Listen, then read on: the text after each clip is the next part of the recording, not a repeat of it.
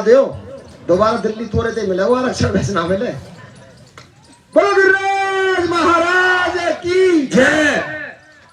सबसे पहले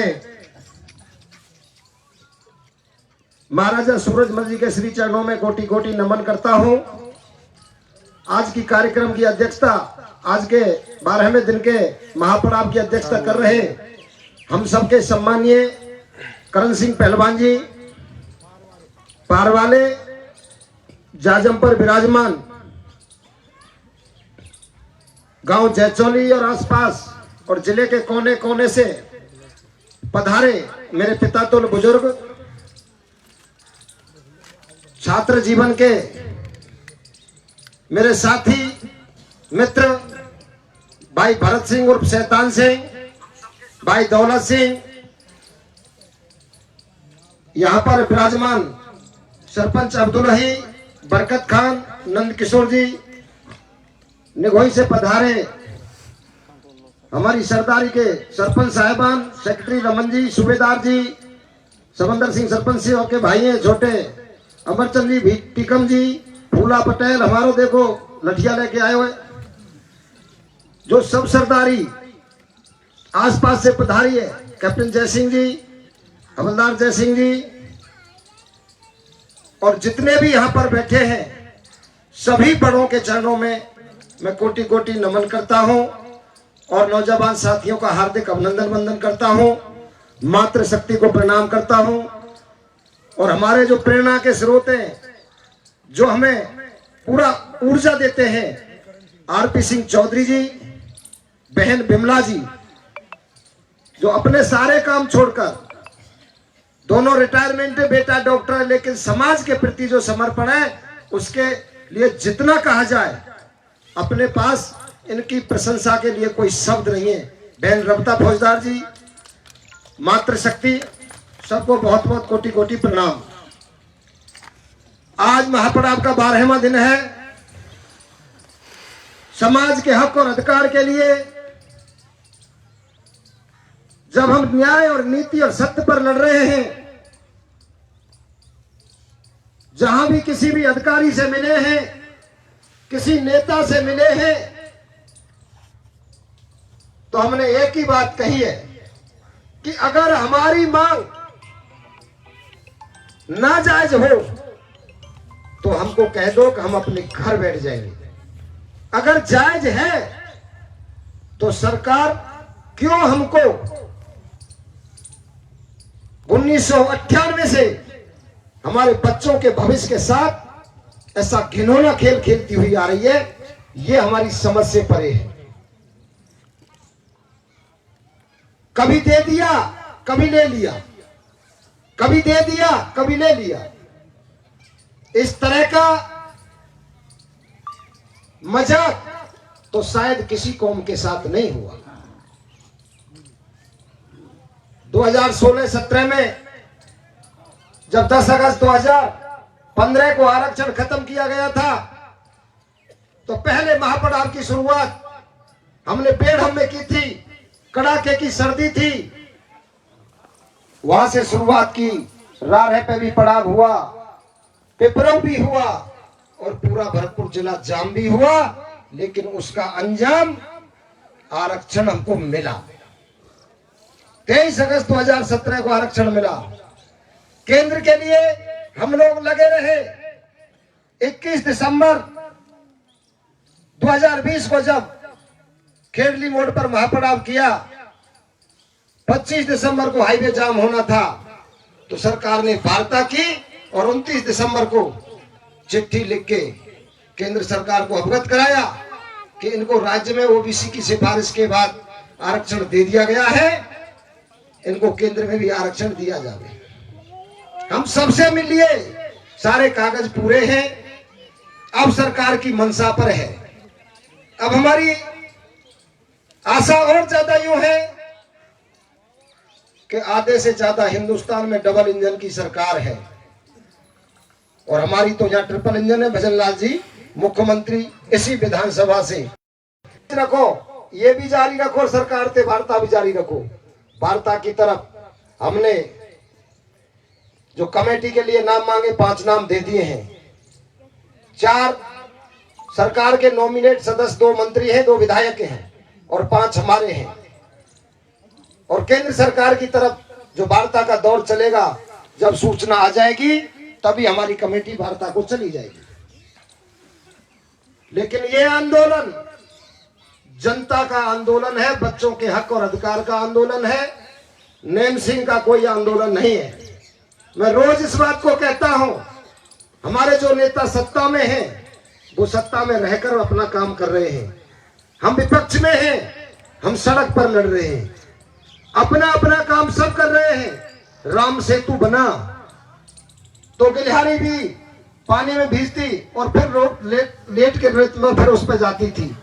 तो भगवान राम ने पूछा कि ये क्या कर रहे हो? राम सेतु की जब कथा लिखी जाएगी तो उसमें मेरा भी उल्लेख जरूर होगा। तो हम लोग तो सब गिलहरी वाले प्रयास कर रहे हैं। हमारे जो भी नेता हैं, चाहे वो किसी भी पार्टी से हैं, चाहे वो पंच है, चाहे सरपंच है, चाहे प्रधान है, एमपी है, एमएलए है, जो भी है, उन सबका हम सम्मान करते हैं और सब अपना अपना सहयोग कर रहे हैं। जहां पे जितनों बन रहे है वो सब लग रहे हैं, कोई टांग ना खींच लो। ये तो लोग अफवाह उड़ाते हैं। सब एकजुट थे, एकजुट हैं और एकजुट रहेंगे। अभी हम लोग भाई शैतान सिंह जी ने जो कहा कि सरकार कितनी कमजोर होती है, हम लोग आंदोलनों की पैदाइश हैं। हम कोई उद्योगपति के बेटा नहीं, हम बड़े बाप के बेटा नहीं, राजनीतिक परिवार से नहीं। हम लोगों ने तो राजनीति फर्श और झंडा और डंडा के दम पर की है, चाहे छात्र जीवन हो, चाहे आज की लड़ाई हो। हर मुद्दे पर जहां भी कोई अनीति की बात हुई हो, चाहे किसी के भी साथ हो, हमने हमेशा सत्ताओं से लड़ाई लड़ी है। और ये लड़ाई तो हमारे बच्चों के हक और अधिकार की है। और आरक्षण की लड़ाई 3 सूत्री मांग है। 2 मांग तो अभी हम जब जयपुर गए थे, एक तो 56 हमारे चयनित अभ्यर्थी हैं जो विगत 2015 से लेके 24 चल रही, आज 9 साल हो गए उनको नौकरी बिन। परीक्षा पास कर ली, हाईकोर्ट ने आदेश दे दिया, फिर भी उनको नियुक्ति नहीं दी जा रही है। ऐसा क्यों? और मुकदमे जो 2017 में लगे उनको वापस करने की बात, तीसरी केंद्र के आरक्षण की बात, तो 2 बातों पर सहमति वहां बन गई थी। और तीसरी वार्ता के लिए कमेटी गठित कर दी गई है।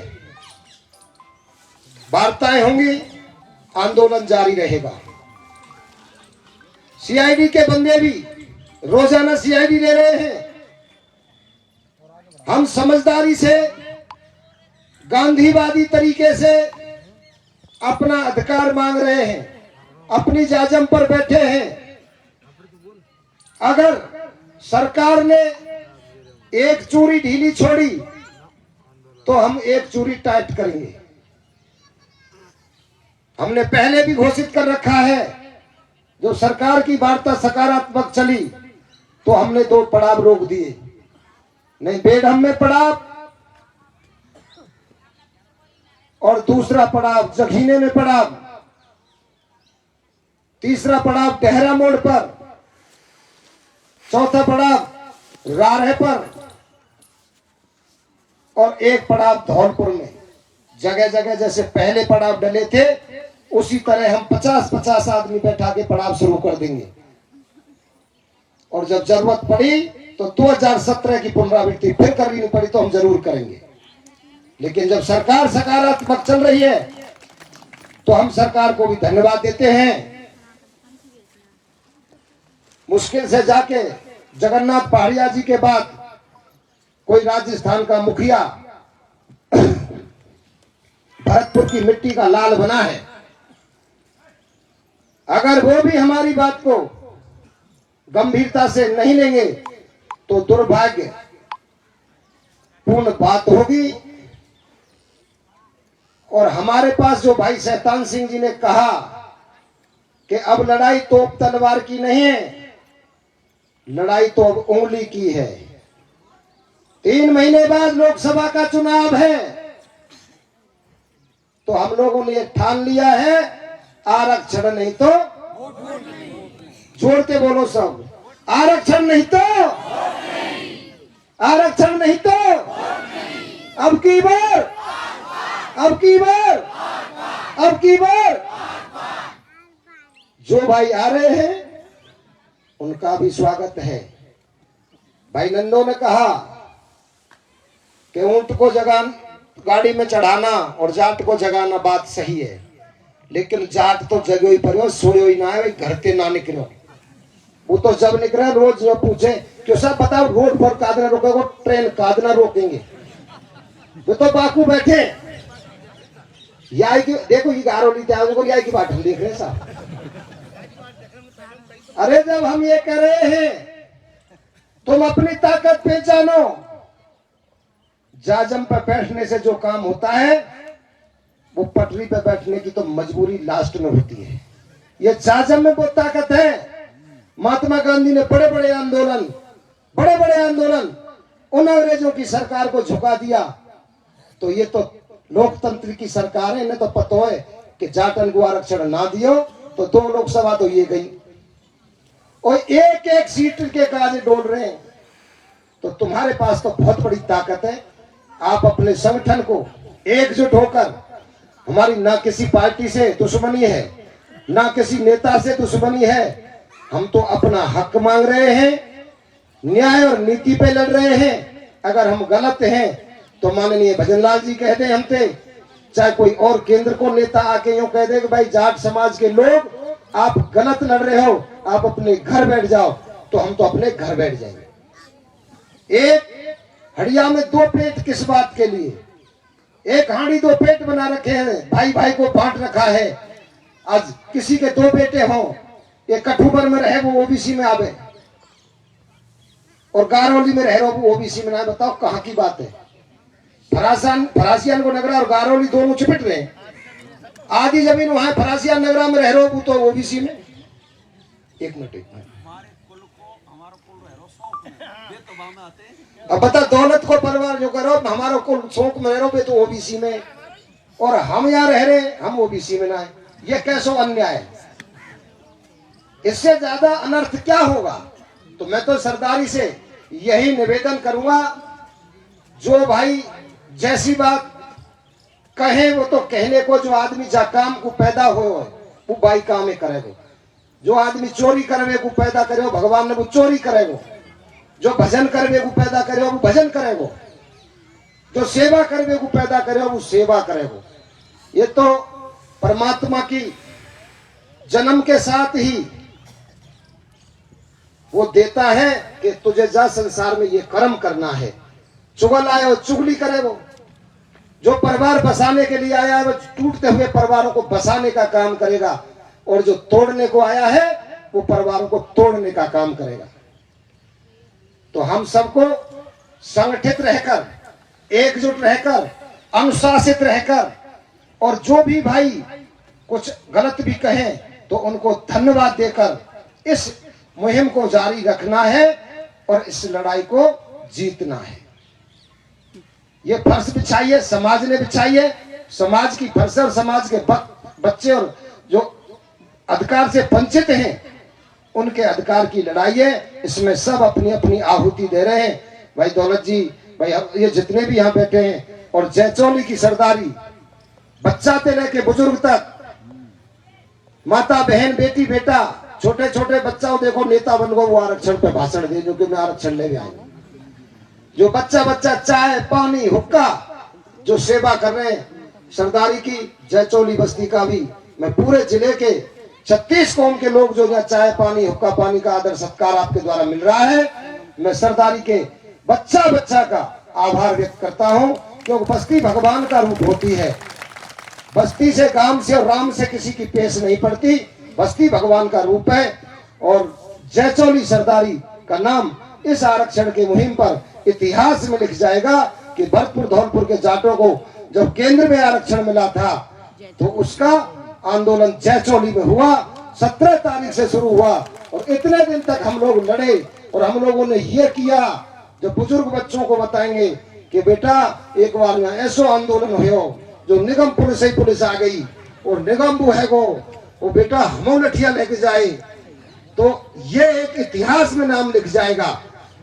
और बहन बिमला जी ने जो कहा कि जयचौली क्यों चुनी, एक कोई बच्चा हमारी फेसबुक पे लिख लो कि साहब नगर क्षेत्र में बेड़म में आंदोलन शुरू क्यों ना करो। बेड़म में तो मैं यहां बैठे हूं, आंदोलन 1 मिनट में फोनते ही शुरू है जागो। जब बेड़म में बड़े बड़े डूंग जी चुनाव लड़े बड़ी बड़ी पार्टी थी, जब एक फक्कड़ किसान 47,000 वोट निर्दलीय ला सकता है तो उस क्षेत्र की सरदारी का कर्ज तो मेरे बच्चे भी नहीं चुका पाएंगे। मेरी तो बात छोड़ो, जो एक गिलास मेरे पानी का कोई दागी नहीं, हर गांव से